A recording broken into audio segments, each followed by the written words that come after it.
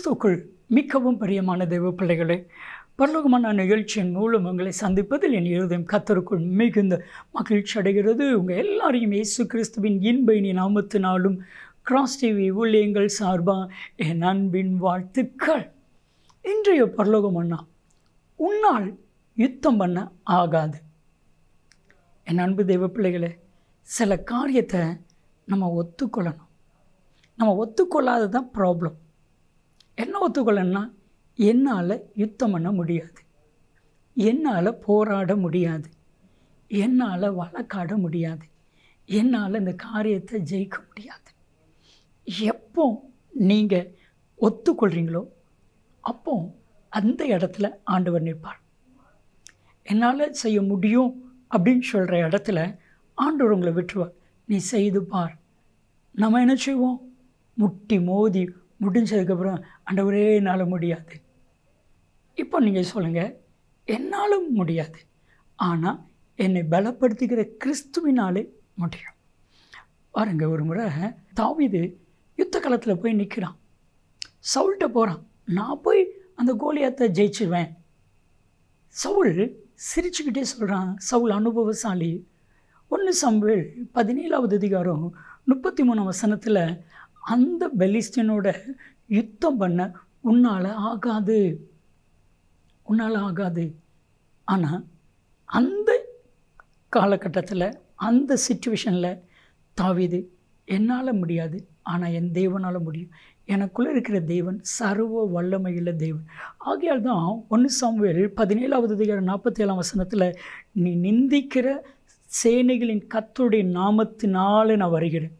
என் பலத்தினாலையா, என் ஞானத்தினாலையா, என்னுடைய திறமையினாலையா, என்னுடைய அனுபவத்தினாலையா, இல்லை, கர்த்தருடைய நாமத்தினாலே வருகிறேன். என் அன்பு தெய்வ பிள்ளைகளை, சில நேரத்துக்கு நம்ம போராடி முடித்ததுக்கு அப்புறம் சொல்கிற காரியம் இதுதான், என்னால் யுத்தம் பண்ண முடியாது. ஒரு முறை ஒரு ஹஸ்பண்ட் அண்ட் ஒய்ஃப் 2 பேருக்கும் கவுன்சிலிங் கொடுத்துட்ருக்கிறேன். 2 பேரும் ஒரே பதிலை சொன்னாங்க, என்னால் என் மனைவி கூட போராட முடியாது. சரி, அவனுடைய ஹஸ்பண்ட் ஒய்ஃப் சொல்கிறாங்க, என்னால் என் கணவர் கூட போராட முடியாது. அப்போது நான் சொன்னேன், நீங்கள் போராடாதீங்க, நீங்கள் போராடாதீங்க.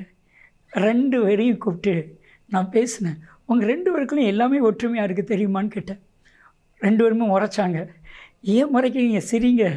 2 பேருக்கும் ஒரே வார்த்தை ஒற்றுமையாக இருக்குது. நீங்கள் 2 பேர் சொன்ன ஒரு வார்த்தை நான் சொல்லட்டுமா அப்படி சொன்னேன்.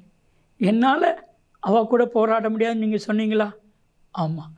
என்னால் அவரு கூட போராட முடியாதுன்னு நீங்கள் சொன்னீங்களா? ஆமாம். ஏன் நீங்கள் 2 பேரும் போராடிட்டு இருக்கீங்கன்னு கேட்டேன். சிரிச்சிட்டாங்க.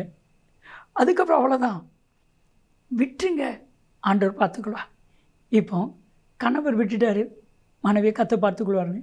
மனைவி விட்டுட்டாங்க, கணவரை கற்றுப்பார். இப்போ ஹாப்பியாக இருக்கிறாங்க, சந்தோஷமாக இருக்கிறாங்க.